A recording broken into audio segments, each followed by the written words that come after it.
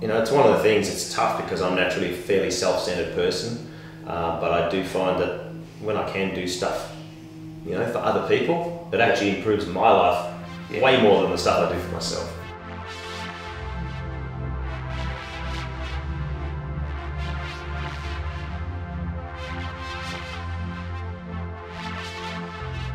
Billy, welcome. Maybe just going to have a casual chat, talk about you know, your career and, you know, your time to date. Cycling to me now is such a strange part of my life, because when I look back on '93, it feels like a different person. And my cycling career was so brief. You know, I started it seriously at about 17, at 19, when AIS, at 20, world champion, and at 21, 22 I was retired. Yeah. You know, I was in and out. And as I say, the significance of it really is only starting to hit home now for me, because I've been out of the cycling scene for so long. I don't know half the people. I don't know who's won what. Yeah. You know, I don't know who the heroes are or anything of that anymore. And I've just recently started watching it a little bit again, and I see guys like Bradley Wiggins. I'm like, wow, this guy's a genuine rock star of the cycling world. A few days later, he's following me on Instagram.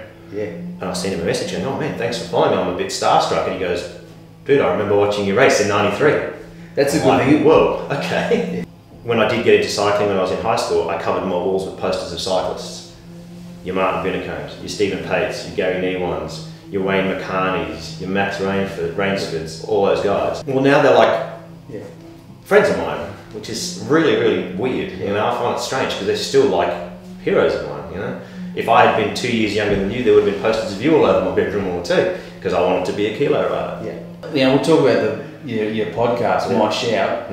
That like you cover a lot of different topics.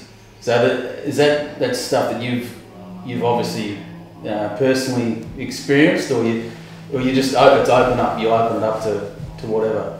The way the podcast came about was that at the start of this year, I've had long history of problems with all kinds of things. I've been diagnosed with anxiety, depression, you know, whatever. I've had problems with booze and with drugs and all kinds of things. And it just happened through a series of coincidences that I was talking to my GP about these things, and he said, have you ever been tested for ADD or ADHD? And I said, no, I didn't even think it was a real thing. As it turned out, he sent me off to a specialist, and we spent a long time talking about it, and he diagnosed me as being on quite the severe end of it.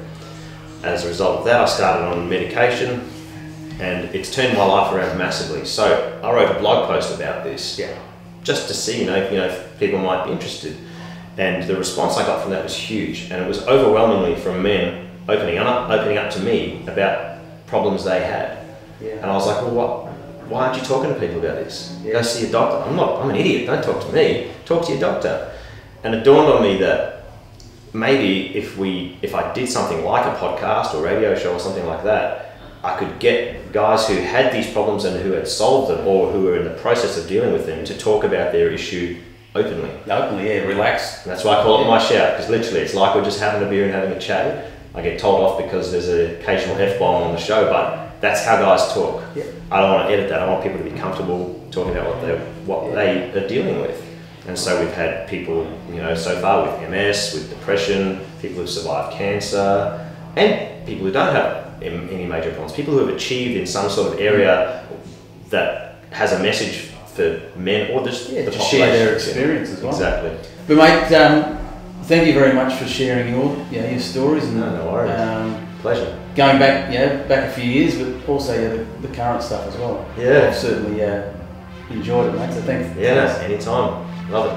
Thanks, Bill. Cheers.